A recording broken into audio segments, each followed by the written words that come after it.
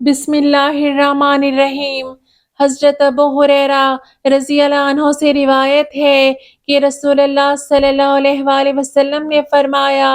ایک آدمی راستہ چلا جا رہا تھا، اسے سخت پیاس لگی، چلتے چلتے اسے ایک کنواں ملا، وہ اس کے اندر اترا اور پانی پی کر باہر نکل آیا۔ کنویں کے اندر سے نکل کر اس نے دیکھا کہ ایک کتا ہے جس کی زبان باہر نکلی ہوئی ہے اور وہ پیاس کی شدت سے وہ کیچڑ کھا رہا ہے۔ اس آدمی نے دل میں کہا کہ اس کتے کو بھی پیاس کی ایسی ہی تکلیف ہے جیسے کہ مجھے تھی، اور وہ اس کتے پر رحم کھا کر پھر اس کنویں میں اترا اور اپنے چمڑے کے موزے میں پانی بھر کر اس نے اس کو اپنے منہ سے تھاما اور کنویں سے باہر نکل آیا،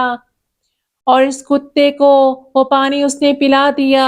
اللہ تعالیٰ نے اس کی اس رحم دلی اور اس کی محنت کی قدر فرمائی اور اس عمل پر اس کی بخشش کا فیصلہ فرما دیا۔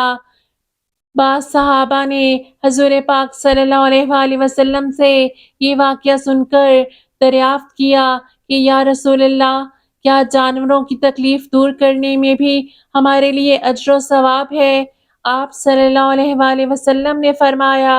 ہاں، ہر زندہ اور تر جگر رکھنے والے جانور کی تکلیف دور کرنے میں ثواب ہے۔ آپ ذرا سوچئے، ایک شخص گرمی کے موسم میں اپنی منزل کی طرف چلا جا رہا ہے، اس کو پیاس لگی ہے، اس حالت میں اس کو ایک کنواں نظر پڑ گیا، لیکن پانی نکالنے کا کوئی سامان، رسی، ڈول وغیرہ وہاں نہیں ہے، اس لیے مجبوراً یہ شخص پانی پینے کے لیے خود ہی کنویں میں اتر گیا، وہاں پانی پیا اور نکل آیا۔ جب اس کی پیاس بجھ چکی تھی اور کنویں سے باہر آ چکا تھا تو تبھی اس کی نظر ایک کتے پر پڑی جو پیاس کی شدت سے کیچڑ چاٹ رہا تھا۔ اس کو اس کی حالت پر ترس آیا اور دل میں داعیہ پیدا ہوا کہ اس کو بھی پانی پلا دوں۔ اس وقت ایک طرف اس کی اپنی حالت کا تقاضا یہ ہوگا کہ اپنا راستہ لوں اور منزل پر جلدی پہنچ کر آرام کروں، اور دوسری طرف اس کا جذبہ رحم کا داعیہ یہ ہوگا کہ خواہ میرا راستہ کھوٹا ہو اور خواہ کنویں سے پانی نکالنے میں مجھے کیسی مشقت کرنی پڑے، لیکن میں اللہ کی اس مخلوق کو پیاس کی تکلیف سے نجات دوں۔